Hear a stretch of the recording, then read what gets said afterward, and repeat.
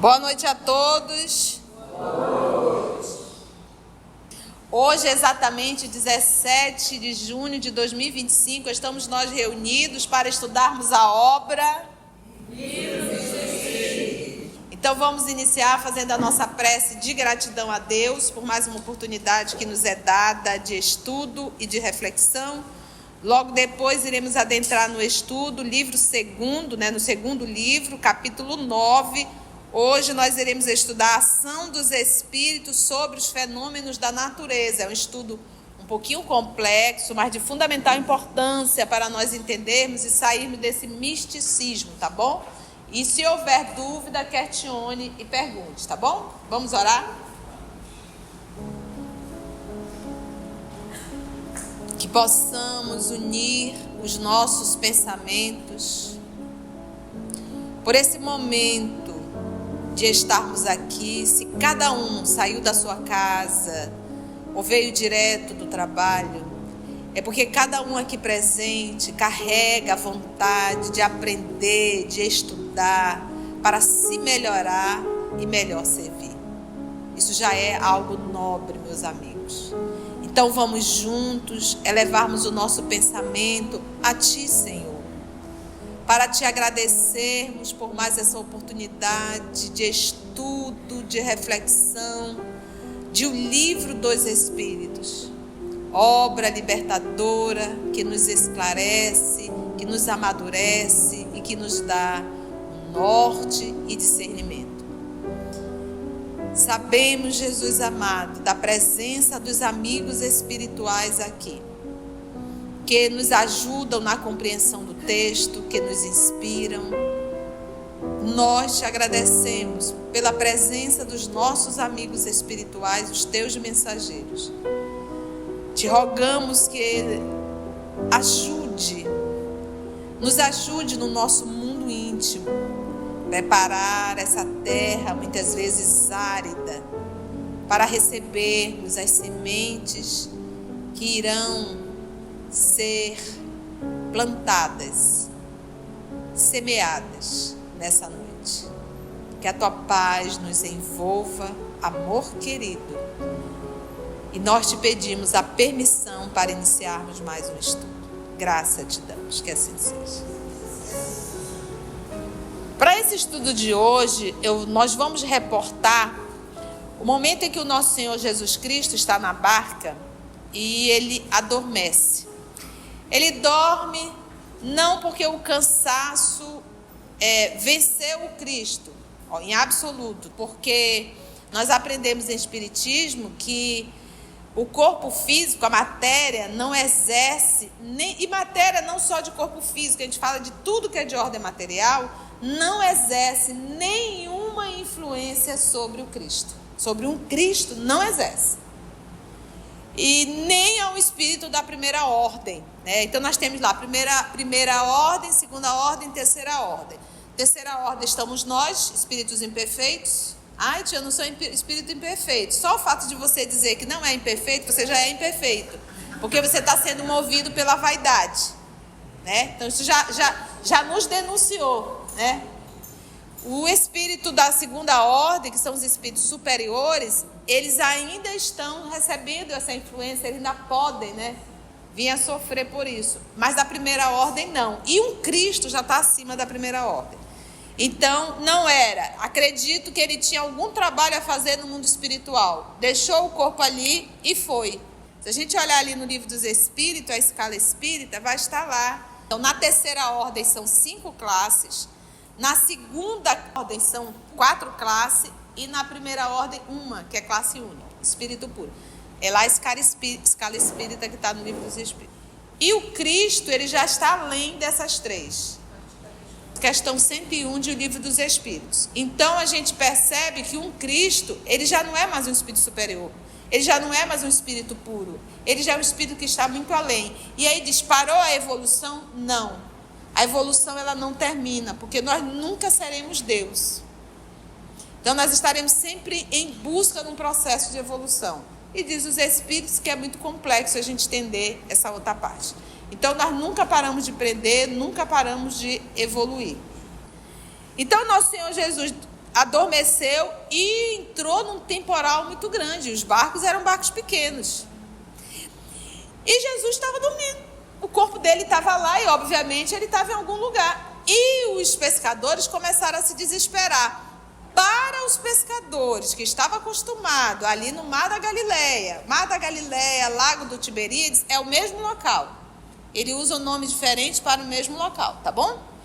Então, ali no que eles chamam de Mar da Galileia, o Lago do Tiberíades, eles estavam acostumados, eles pescavam ali todos os dias. Então, para eles terem se desesperado, que eles se desesperaram. E aí eles acordaram Jesus. Então o barco deveria estar entrando água para um lado, água para o outro, aquela confusão. E Jesus lá, trabalhando, fazendo alguma coisa no mundo espiritual. E aí eles acordaram Jesus: Senhor, nós vamos perecer. Jesus olha: homem de pouca fé. É como se dissesse: eu reencarnei para morrer afogado? Né? Por um naufrágio? Homem de pouca fé. Não é aqui que a coisa vai acabar, não. E aí Jesus levanta os braços, a mão,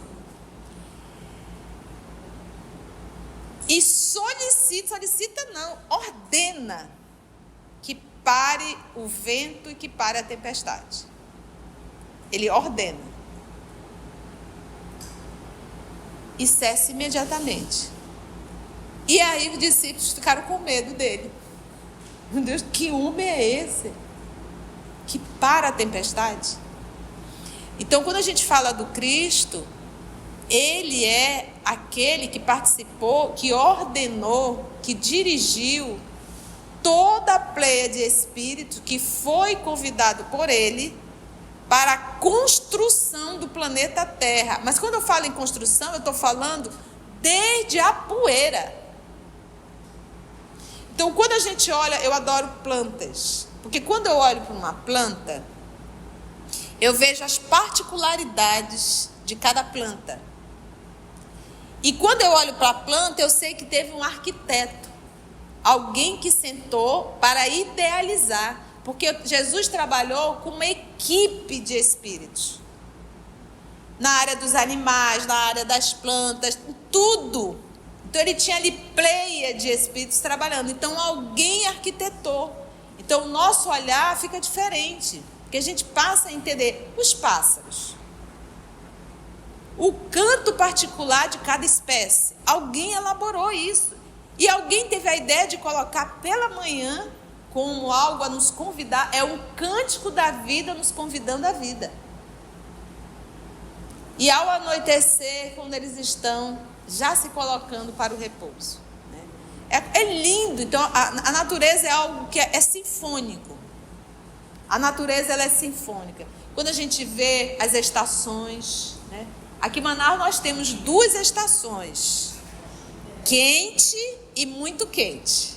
Né? Quente é o período da chuva, muito quente é o nosso verão. Mas é o que merecemos, né? Ficar sempre molhado de suor. Manaus a gente está sempre molhado. Ou a gente está no ar-condicionado ou a gente está pingando de suor. Porque nós vivemos em um ambiente muito úmido, né? Então, às vezes, você vai para alguns estados, está aquele sol maravilhoso, diz, esse sol em Manaus já estaria dissolvendo, né? Maquiagem aqui nem a prova d'água. Então a gente observa o nosso Cristo interferindo, atuando e acalmando a tempestade e acalmando os ventos. Então, ou seja, há uma ação dos espíritos na natureza? Sem dúvida. E é isso que nós vamos estudar aqui. Bora lá? Questão 536, ação dos espíritos sobre os fenômenos da natureza. Os grandes fenômenos da natureza, pergunta Kardec, os que se consideram como perturbação dos elementos, são devidos a causas fortuitas, ou seja, aconteceu porque tinha de acontecer, ou todos esses fenômenos, esses grandes fenômenos da natureza, ou todos eles têm um fim providencial. Então, vamos pegar de uma forma mais contemporânea o que aconteceu no Haiti, aqui bem próximo da gente, que destruiu o país. Vamos pegar também, vou bem longe, vou pegar ali em Pompeia, quando o Vesúvio entrou em erupção e destruiu Pompeia. Então a gente diz, um vulcão, você sabe a panela de pressão? É a panela de pressão? Quando ela pega uma pressão, o que ela faz? Ela começa a dar uma liberada, né? Se ela não houver esse controle, sair esse pouquinho, o que vai acontecer com a panela de pressão? Vai explodir. É exatamente o que acontece com o vulcão. Se ele não liberar, a confusão vai ser muito maior. É necessário que ele faça isso. E ele tem tempos e tempos para fazer isso. Então, é uma forma de liberar essa pressão que está no centro ali da Terra. Então, ele pergunta aqui se isso é algo fortuito, acontece porque tem de acontecer, ou todos eles têm um fim providencial. No caso do vulcão, tem um fim providencial, tudo na natureza tem um fim providencial. Tudo é para que mantenha o equilíbrio. Responde: tudo tem uma razão de ser e nada acontece sem a permissão de Deus. A gente jamais pode esquecer esse finalzinho dessa frase. Nada acontece sem a permissão de Deus. Quando é que a coisa acontece sem a permissão de Deus? Quando nós derrogamos a lei, quando nós teimamos e quando nós desobedecemos. O suicídio, Deus permitiu? Eu desobedeci. Mas eu estou submetido às leis naturais. Eu vou sofrer as consequências disso. Entende? Quando ele fala a natureza, tirando a natureza humana, mas a natureza animal, a natureza vegetal, a natureza mineral, tudo isso obedece a Deus, não teima. Só quem teima perante a divindade é o humano. Em particular o terrícola.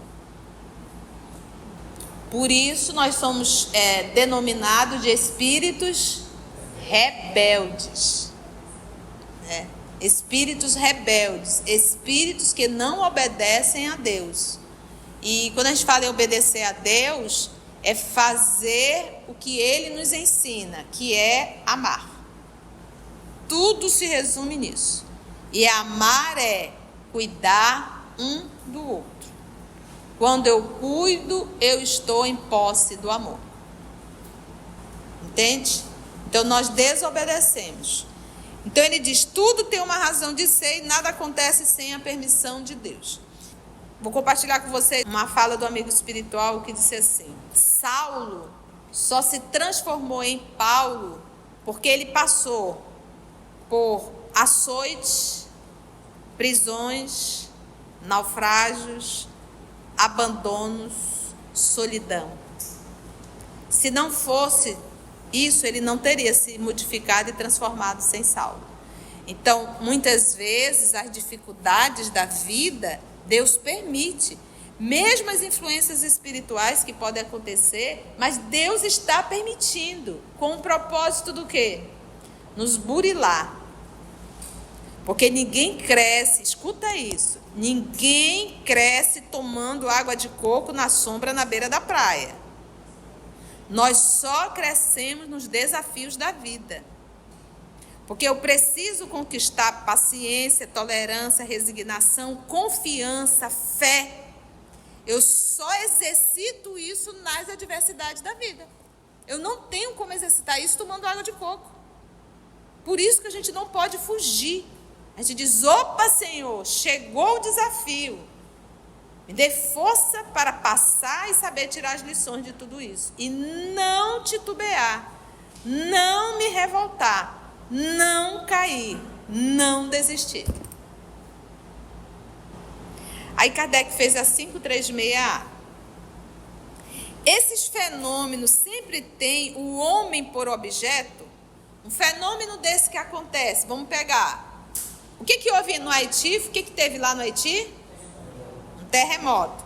O propósito desse terremoto era só atingir o homem? Essa é a pergunta. Algumas vezes, eles têm o homem como razão imediata de ser. Então, se nós pegarmos, é um resgate coletivo. E o mais interessante foi a forma com que eles saíram de lá.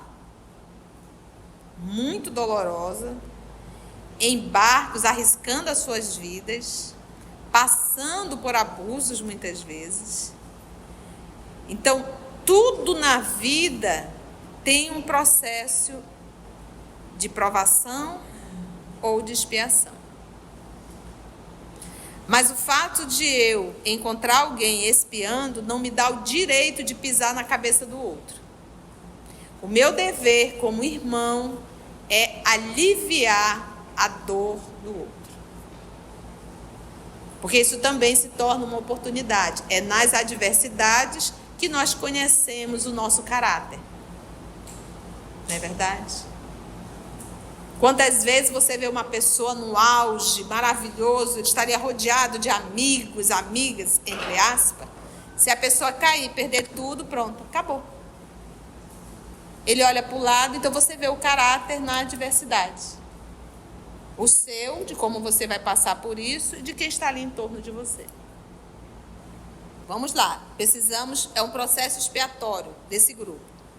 Mas também é frequente terem por único objetivo o restabelecimento do equilíbrio e da harmonia das forças físicas da natureza. Vamos pegar o Vesúvio. Se ele não tivesse entrado em erupção, o que teria acontecido? Lembra da panela de pressão? Haveriam várias explosões em vários lugares. E sabe Deus até onde isso ia alcançar? Era necessário que ele entrasse em erupção. O problema é eu ter construído uma casa na beira de um vulcão. Eu vi um certo bairro e ele era assim um barranco, né? Porque é barro, muito alto. Fizeram uma escavação aqui embaixo, aqui tem casa, mas aquele barranco ficou lá. Anos aquele barranco. E começaram a fazer invasões, casas. E a pessoa começou a construir, mas não é um casebre, não. São casas de 2 pisos, com tijolos, com lajes, encanação aparente, jogando água em qualquer lugar.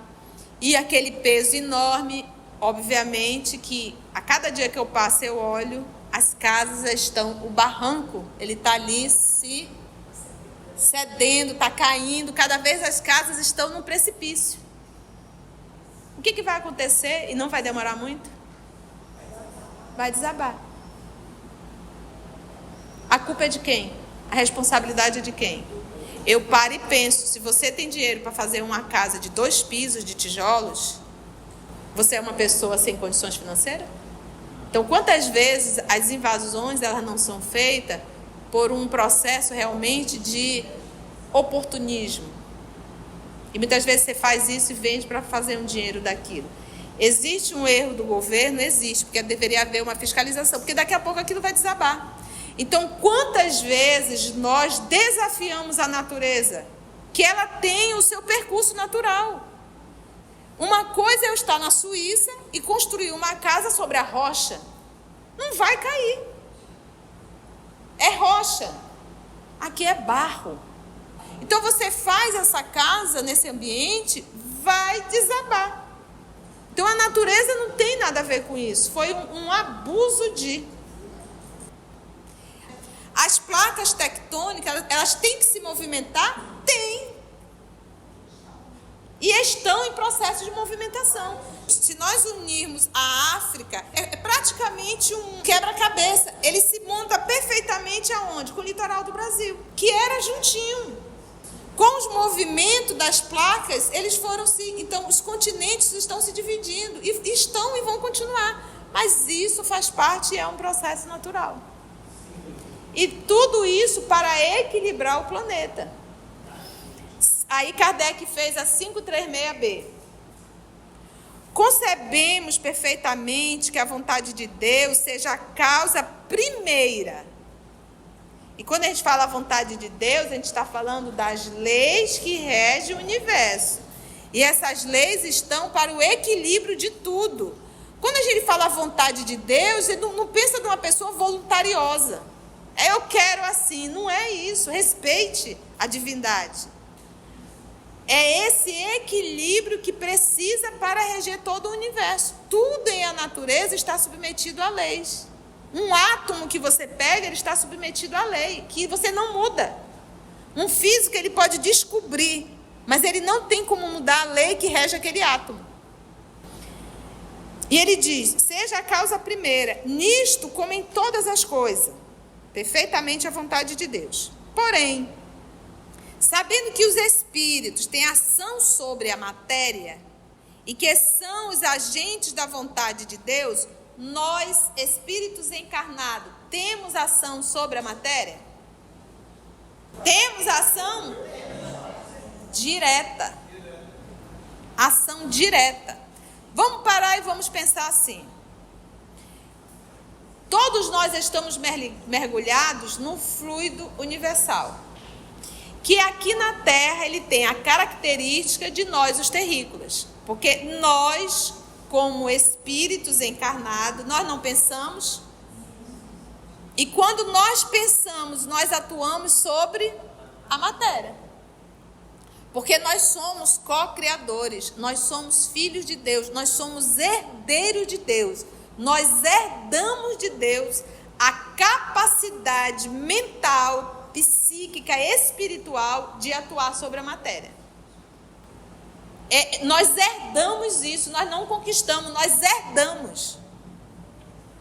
Todos nós fazemos isso. Toda vez que eu penso, eu manipulo esse fluido, que pode ser uma manipulação positiva, como pode ser uma negativa. Uma manipulação para o bem, como uma manipulação para o mal. Todos nós. Então, pensei, manipulei. Então, para a gente entender mais, a nossa casa física, ela pode estar muito bem arrumadinha, cheirosa, mas o ambiente espiritual dessa casa pode estar terrivelmente fétido, sujo, imundo, porque é resultado do campo mental das pessoas que moram naquela casa. Quando você vai interagir com o ser humano, e trazer esse ser humano para o seu convívio íntimo, tu traz a pessoa e os seus seguidores. Você vai conviver com a pessoa e com os seguidores dessa pessoa. Você vai viver com o psiquismo ambiental dessa pessoa. E essa pessoa vai influenciar no meio espiritual, no ambiente psíquico do teu lar. E a gente, como espírita, esquecemos disso no dia a dia. Usa droga, vai parar. Vai. Vou desencarnar muitas vezes. E nem assim. É uma pessoa que não tem uma conduta moral. Não, mas vai. Não vai. Então, tia, tá difícil, né? Pois é, pode ficar pior ainda. Entendemos isso? Então, é essa informação e consciência que nós temos que ter. Eu, encarnado, espírito, eu manipulo todo o tempo. Por que quando a gente vai estudar o mundo espiritual, que a gente vai para um vale, como é que eles descrevem um vale? Limpo, cheiroso, iluminado. É assim? Flores para todos os lados. Úmido, cheio de lama, fétido, escuro, monstros, né? Um lugar tenebroso. Aí você já se perguntou, quem foi que criou esse lugar? Os próprios homens que lá estão. Os próprios espíritos que lá estão. Porque aqui, volto para o teu lar. O teu lar ele pode estar limpo e cheiroso, mas se for fazer uma visita espiritual no teu lar, pode se deparar com um verdadeiro pântano dentro do teu lar. Entende isso? E aqui a gente não enxerga. Dependendo dos médios, eles podem ter uma sensibilidade e perceber. Dependendo do médium. Apesar de toda a limpeza, mas aqui a gente não enxerga, mas a gente pode perceber, sentir. Como você às vezes chega numa casa super simples e você sente uma vontade de ficar lá, sabe? Aí não sei, uma coisa tão legal. Tá limpa, é simples, é limpinha e você sente um bem-estar muito grande dentro daquela casa. É o ambiente psíquico da casa. Entende isso? Quando a gente está na condição de espírito desencarnado, não tem mais essa casa física para disfarçar. Lá a gente vê. Então, esses ambientes tenebrosos, os vales, é criação mental. Mas, tia, como é que é a criação mental? Eles vão ficar assim, ó. Eu quero fazer um lugar bem fétido. Bem? Não é isso, gente. A criação mental é o meu pensamento, os meus desejos, os meus sentimentos influenciando no meio. A gente está, é a nossa condição. E isso vai refletir tanto no ambiente quanto no meu corpo perispiritual. O meu corpo perispiritual, ele é a minha identidade moral. O meu corpo perispiritual, ele me apresenta. E para onde eu vou, ele chega comigo. Então imagina eu vir fazer uma palestra, né? Aí vem alguns espíritos para assistir e olham e dizem, está pior do que nós. Vocês acham que eles vão levar a sério a tua fala? Entende? Então, o nosso corpo perispiritual, ele faz isso, então não se engana. Por isso é que a gente diz assim, se eu venho à casa espírita, estudo, ponho uma túnica mentirosa, e eu vou para a minha vida lá fora e toco o terror, quem que está sendo enganado? Eu mesmo. Quem que vai ter que responder por isso? Eu mesmo. E o bem que eu estou fazendo, a misericórdia não deixa, alguma coisinha está fazendo. Daí a parábola, quando Jesus fala do joio e do trigo, deixa crescer junto. Deixa a pessoa aí, ela está aprontando, tá aí, mas está fazendo bem, deixa crescer junto. Se arrancar agora, você vai arrancar tudo. Se a gente parar essa pessoa agora, vai arrancar o joio, mas vai arrancar também já o trigo. E aí perde tudo. Olha, a parábola é perfeita. Você não vai poder continuar no trabalho, você é uma pessoa sem, a pessoa vai ficar com ódio de ti, ódio da doutrina e vai-se embora e não volta mais. Arrancou o joio e arrancou o trigo. Por isso é que Jesus deixar crescer ambos juntos. Na hora da colheita se separa. Porque o joio, ele é idêntico ao trigo. Busca na internet o que é o joio e o que é o trigo. Tu não sabe diferenciar. Mas quando você pega que você vai esfarelar o joio, só tem palha. Só isso. Não tem trigo, não tem a semente, não tem o cereal. Deixai ambos crescerem juntos. Até aí tudo bem? Então nós estamos só na pergunta. Concebemos perfeitamente que a vontade de Deus seja a causa primeira, nisto como em todas as coisas. Porém, sabendo que os espíritos têm ação sobre a matéria e que são os agentes da vontade de Deus, os espíritos têm ação sobre a matéria? Nós, como espírito encarnado, temos ação? Era isso que nós estamos falando. Agora ele diz, e que são os agentes da vontade de Deus? Todos nós somos agentes da vontade de Deus? E os espíritos rebeldes? Deixaram de exercer a vontade de Deus. É por isso que é rotulado de rebeldia. Eu sei o que devo fazer, mas eu não quero. O que a gente diz quando o adolescente é rebelde? Você pede para ele fazer, você explica para ele, e ele, por uma atitude de rebeldia, diz, vou fazer não. Somos nós. Todos nós sabemos, mas por um ato de rebeldia, a gente diz, eu não vou fazer. Tá? Mas vamos lá. E que esses espíritos que atuam na natureza são os agentes da vontade de Deus. Perguntamos se alguns dentre eles, que realizam a vontade de Deus, não exerceriam certa influência sobre os elementos para os agitar, acalmar ou dirigir? Então vamos pegar aqui, ele diz, olha, eles fazem a vontade de Deus, mas eles também não poderiam interferir para agitar a natureza, acalmar a natureza ou dirigir a natureza? Aí vamos pegar, o que Jesus fez no momento que ele estava lá no barco? Ele acalmou, agitou, o que ele fez? Acalmou. Pôde interferir? Pôde. Então é por isso que Kardec diz, Jesus falou, eu sou a porta.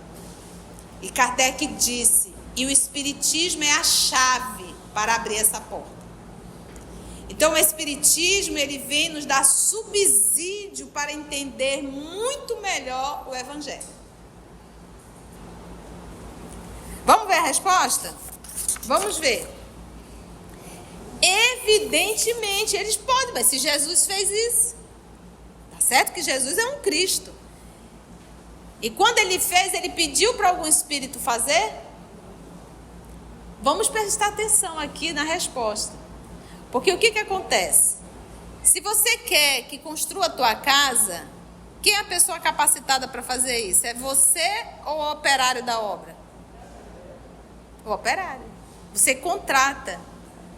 Você pode até saber fazer, mas entre você estar fazendo cirurgia, salvando vida e colocando um tijolo, que tem pessoas para isso, tu vai fazer o quê? Você é um cirurgião, você está apto a salvar vidas, mas você também sabe colocar um tijolo. Aonde você será mais útil? Colocando tijolo? Não estou desmerecendo o trabalho. Eu estou falando para vocês, nesse momento, se eu sei qual é, e tem outra pessoa para fazer e que precisa, inclusive, fazer. E que é meritório o trabalho dele. Mas nesse caso, aonde eu estaria, aonde eu deveria servir? Fazendo cirurgia. Porque tem outros irmãos. Então, a gente vai ver aqui nessa resposta que existem espíritos específicos para isso. E que Jesus não vai chegar lá para dispensar o trabalho deles. É necessário. Então, é isso que os espíritos falam. Vamos pegar lá, eu vou dar um salto agora. Mesa girante. Quem é que movimentava as mesas? Era o espírito superior ou o espírito da terceira ordem? O espírito que movimentava era o espírito da terceira ordem, com permissão e amparo de espíritos superiores. Eles estavam aptos. Por quê? Porque a condição deles estava muito mais apta ao movimento da matéria. E quanto mais evoluído o espírito, menos contato com a matéria grosseira. Então, o espírito da terceira ordem é um espírito perverso?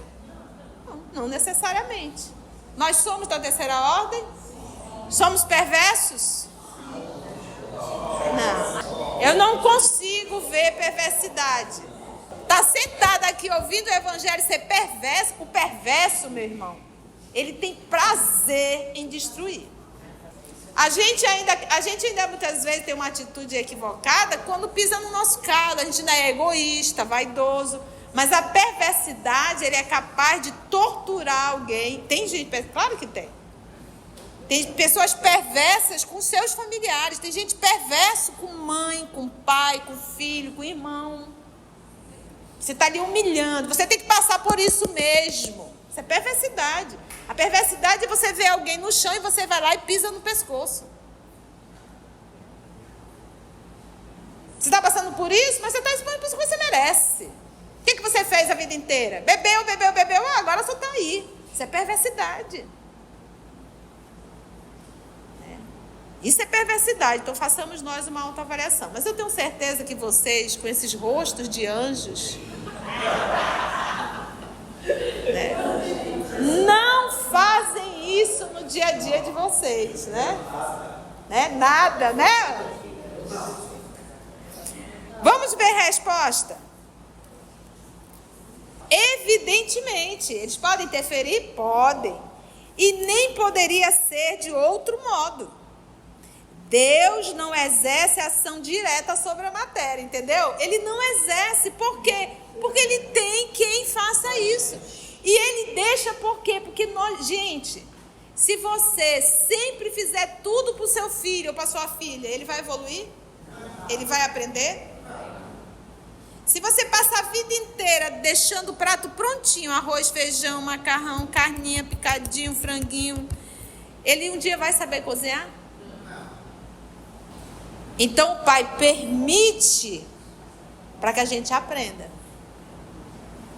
É um processo pedagógico. E nós, como seres humanos, precisamos aprender a administrar a matéria. Então, Uma das características do espírito nobre é que a matéria não exerce sobre ele nenhuma influência. Jesus ficou com medo. É para acabar. Medo é uma emoção fisiológica que está ali para defender o corpo físico. É uma emoção fisiológica, é dado por Deus. O instinto, ele é uma inteligência, ele é uma ação. A emoção é um processo de proteção. Imagina. E nisso nós estamos falando de vida primitiva, de vida num processo ainda de evolução. É um Cristo. Está com medo de quê? De morrer? Então não vamos transferir as nossas mazelas para o Cristo. Vamos parar aí? Foi bom, gente? Se você chegou até aqui o final, deixa seu comentário. É muito importante a gente poder ler o teu comentário. Não esqueça de curtir para que possa divulgar a página. Dá o seu like, né? E, se possível, faça a sua inscrição no nosso canal e toca o sininho. Porque quando você toca o sininho, o YouTube avisa para você quando o EOS publicar um novo estudo. Então, receba um grande abraço da família EOS Manaus. Antes de orarmos em agradecimento, vamos ouvir algumas considerações da tia que destacamos neste estudo para a reflexão dos ensinamentos. Vamos aos destaques da tia? A gente jamais pode esquecer esse finalzinho dessa frase. Nada acontece sem a permissão de Deus. Quando é que a coisa acontece sem a permissão de Deus? Quando nós derrogamos a lei, quando nós teimamos e quando nós desobedecemos. O suicídio Deus permitiu? Eu desobedeci. Mas eu estou submetido às leis naturais. Eu vou sofrer as consequências disso. A natureza animal, a natureza vegetal, a natureza mineral, tudo isso obedece a Deus, não teima. Só quem teima perante a divindade é o humano, em particular o terrícola. Por isso nós somos denominados espíritos rebeldes, espíritos que não obedecem a Deus. E quando a gente fala em obedecer a Deus, é fazer o que Ele nos ensina, que é amar. E amar é cuidar um do outro. Muitas vezes as dificuldades da vida, Deus permite. Mesmo as influências espirituais que podem acontecer, mas Deus está permitindo. Com o propósito do quê? Nos burilar. Nós só crescemos nos desafios da vida.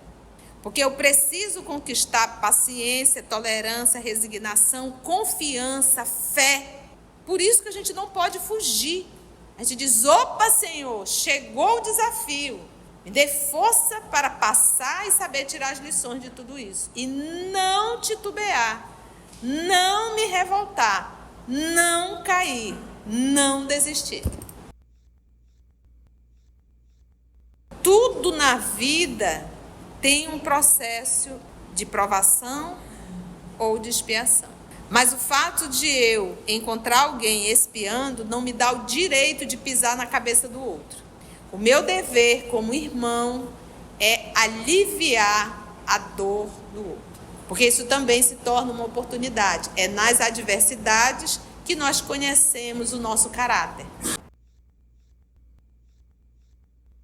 Todos nós estamos mergulhados num fluido universal, que aqui na Terra ele tem a característica de nós, os terrícolas, porque nós, como espíritos encarnados, nós não pensamos, e quando nós pensamos, nós atuamos sobre a matéria, porque nós somos co-criadores, nós somos filhos de Deus, nós somos herdeiros de Deus, nós herdamos de Deus a capacidade mental, psíquica, espiritual de atuar sobre a matéria. Todos nós fazemos isso. Toda vez que eu penso, eu manipulo esse fluido, que pode ser uma manipulação positiva, como pode ser uma negativa. Uma manipulação para o bem, como uma manipulação para o mal. Então, pensei e manipulei. A nossa casa física, ela pode estar muito bem arrumadinha e cheirosa, mas o ambiente espiritual dessa casa pode estar terrivelmente fétido, sujo, porque é resultado do campo mental das pessoas que moram naquela casa. Quando você vai interagir com o ser humano e trazer esse ser humano para o seu convívio íntimo, tu traz a pessoa e os seus seguidores. Você vai viver com o psiquismo ambiental dessa pessoa. E essa pessoa vai influenciar no meio espiritual, no ambiente psíquico do teu lar. A criação mental é o meu pensamento, os meus desejos, os meus sentimentos influenciando no meio. E isso vai refletir tanto no ambiente quanto no meu corpo perispiritual. O meu corpo perispiritual, ele é a minha identidade moral. Por isso é que a gente diz assim: se eu venho à casa espírita, estudo, ponho uma túnica mentirosa e eu vou para a minha vida lá fora e toco o terror, quem que está sendo enganado? Eu mesmo. Quem que vai ter que responder por isso? Eu mesmo. E o bem que eu estou fazendo, a misericórdia não deixa, alguma coisinha está fazendo. Daí a parábola, quando Jesus fala do joio e do trigo, deixa crescer junto. Se arrancar agora, você vai arrancar tudo. Jesus falou: eu sou a porta. E Kardec disse: e o Espiritismo é a chave para abrir essa porta. Então o Espiritismo, ele vem nos dar subsídio para entender muito melhor o Evangelho. Nós, como seres humanos, precisamos aprender a administrar a matéria. Uma das características do espírito nobre é que a matéria não exerce sobre ele nenhuma influência.